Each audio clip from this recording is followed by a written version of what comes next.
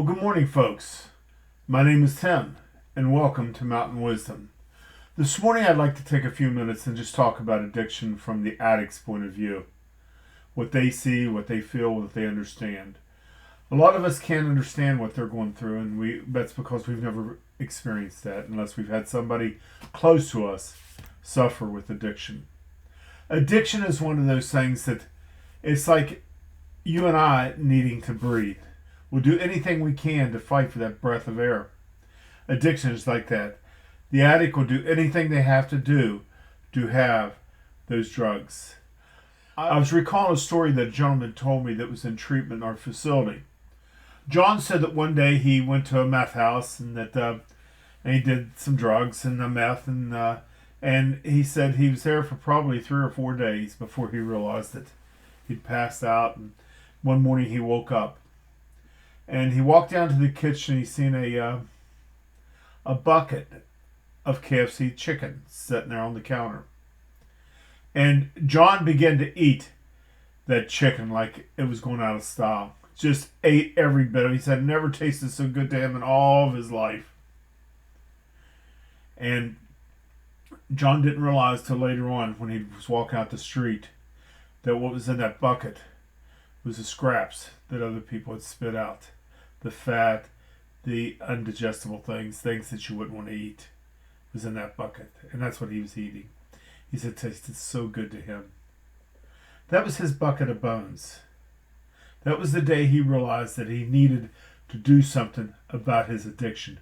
It was controlling him. It was killing him. Addiction, like with John, can take many forms and shapes. My mother, for example, her addiction was caused by a broken heart. She loved my dad more than anything in the world, and yet he betrayed her and chose to spend the rest of his life with somebody else. Addiction, well, that was her only resource. That's what she turned to. And it didn't help. She died a broken-hearted woman, deep in mourning over the loss of her husband, her family, basically, her life.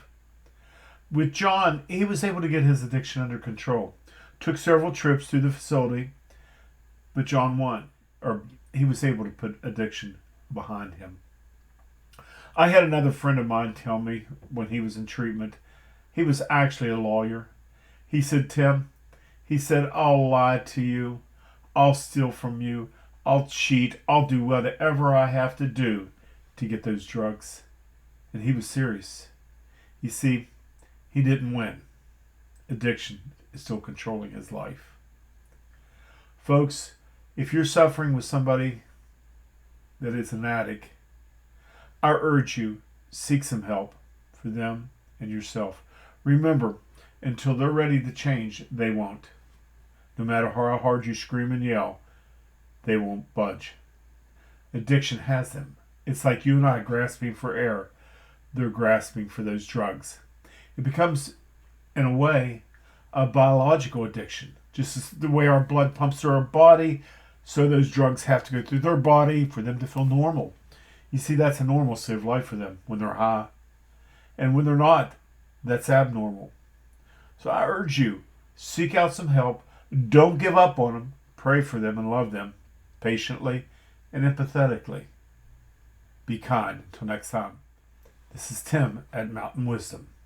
God bless, and see you next time.